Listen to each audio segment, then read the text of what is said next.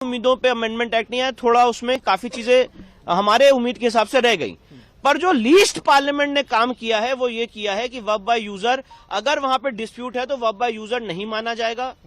दूसरा, पार्लियामेंट ने कहा है कि अगर कोई गवर्नमेंट प्रॉपर्टी वक्फ संपत्ति घोषित हो गई है तो उसको हम वापस लाएंगे। ये लीस्ट एक काम पार्लियामेंट ने इस अमेंडमेंट एक्ट में किया है। अब कल की हियरिंग में ऑनरेबल सुप्रीम कोर्ट ने कहा कि हम इसको थोड़ा इसमें इंटरिम ऑर्डर करना चाहते हैं और उसमें इंटरफेयर करना चाहते हैं।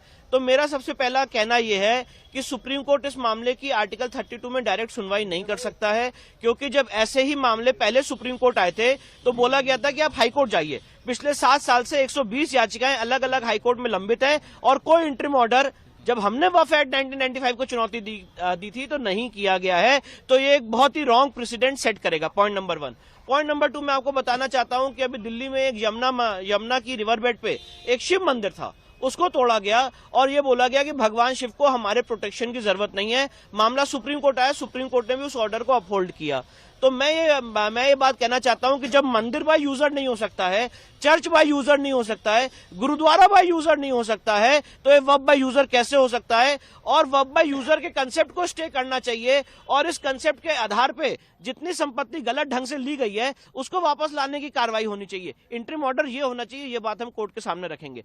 तीसरी सबसे महत्वपूर्ण बात यह है कि वक्फ एक्ट 1995 विद 2025 अमेंडमेंट, ये क्लैरिफिकेशन आना चाहिए कि ये नॉन मुस्लिम्स पे लागू नहीं होता है। मैं इस बात का समर्थन करता हूं कि नॉन मुस्लिम मेंबर्स को वक्फ बोर्ड और वक्फ काउंसिल से हटा दिया जाए, पर साथ में यह भी आना चाहिए कि वक्फ एक्ट 1995 या उसमें की गई कोई भी कार्रवाई नॉन मुस्लिम्स के ऊपर लागू नहीं होती है।